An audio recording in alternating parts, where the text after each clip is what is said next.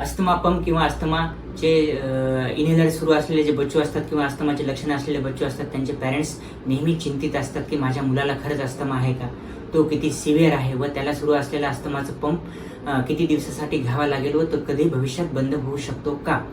अस्थमाचे निदान व disease progression check करण्यासाठी आपण जे स्पायरोमेट्री नावाची लंग फंक्शन टेस्ट करत असतो, ही जी टेस्ट आहे फक्त मोठ्या अडल्टमध्येच केल्या जाऊ शकते. लहान मुलामध्ये किंवा वृद्ध माणसामध्ये ही टेस्ट जोर न लावता आल्यामुळे केल्या जाऊ शकत नाही.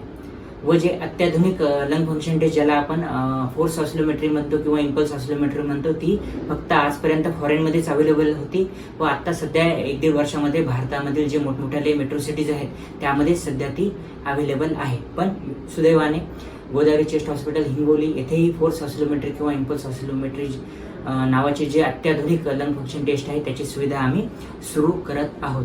या टेस्टचा फायदा म्हणजे बालदमा किंवा वृद्ध माणसामधील जे अचूक निदान तर आपण करतोच, डिसीज प्रोग्रेशन ते चेक करूच शकतोच.